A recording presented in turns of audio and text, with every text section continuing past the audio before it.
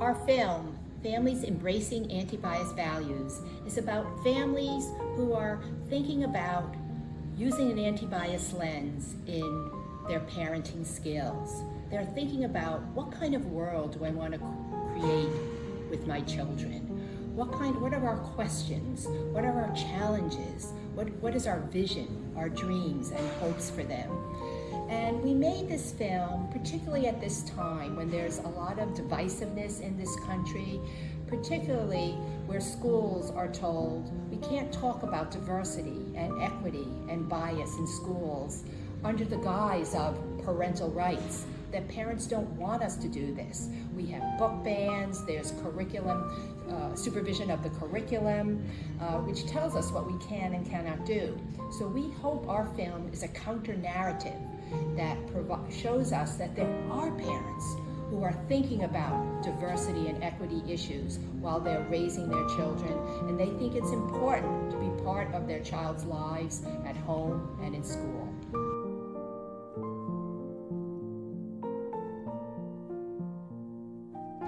Making this film was harder than our first film. Our first film was working with teachers and classrooms that we're very familiar with. Here we were asking families to share their most intimate and personal thoughts and stories about how they're raising their children. So we had to develop their trust.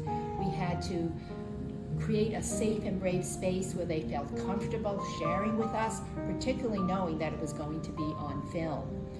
One of the guiding principles for us as filmmakers was to make sure that the families felt it was a partnership, it was a collaborative film, that they would have opportunities to view the film and be able to say to us, no, I don't want that part in the film. And we hope that these families would feel that it was valuable for them because it gives them an opportunity to reflect on how they do their own parenting. When we made this film, we hoped that educators would have an opportunity to realize how important it is to listen to families, that families have ideas and they have thoughts about what is important for their children. And we as educators need to provide them opportunities to share, and to invite them to tell us their stories. We need to be good listeners, not just talkers. And for families, I think it is really important for them to understand that they're not alone, that we hope when they watch this film that they feel validated, that many families are unsure. They have ideas, but they're not sure if it's the right idea. And we want them to have the confidence and feel good about that they're entitled to have these dreams and hopes for their children.